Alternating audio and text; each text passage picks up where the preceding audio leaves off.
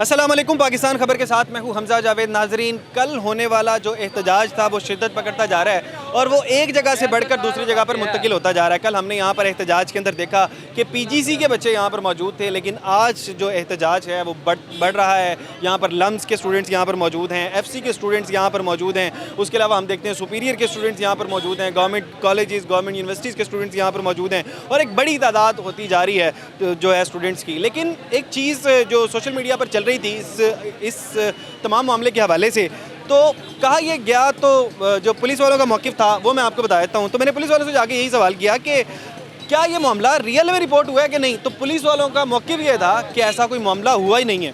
तो मैंने कहा कि आप किस तरह से कह सकते हैं।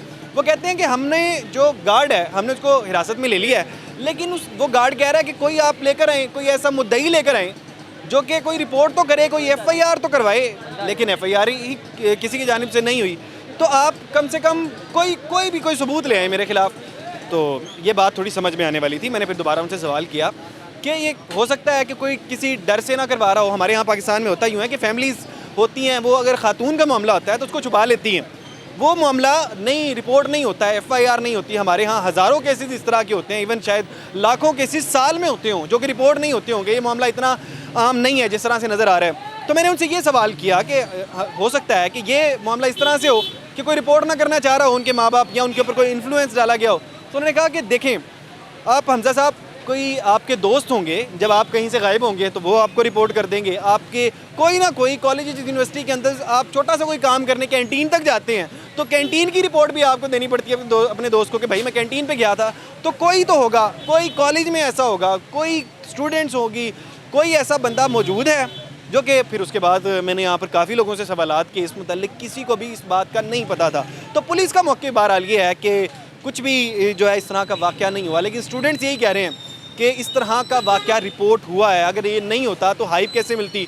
तो स्टूडेंट से जब मैंने ये सवाल किया आपने कोई FIR देखी है, तो FIR तो किसी ने नहीं देखी, क्योंकि FIR हुई नहीं है, रिपोर्ट ही नहीं हुई। और जो कि पुलिस वालों का मौक़िफ़ भी है, वो कहते हैं कि आप कोई FIR तो दें, हम उसके बाद कुछ ना कुछ करते हैं, आप हमें FIR दें। मैंने उन्हें कहा कि आपने स्टूडेंट्स को रोका क्यों, मैं लाठी चार्ज क्यों किया कल, आपने लाठी चार्ज नहीं करना चाहिए था आपको कल। तो कहते हैं कि लाठी चार्ज हमने इसलिए किया कि स्टूडेंट्स जो है वो कॉलेज के अंदर दाखिल हो गए थे।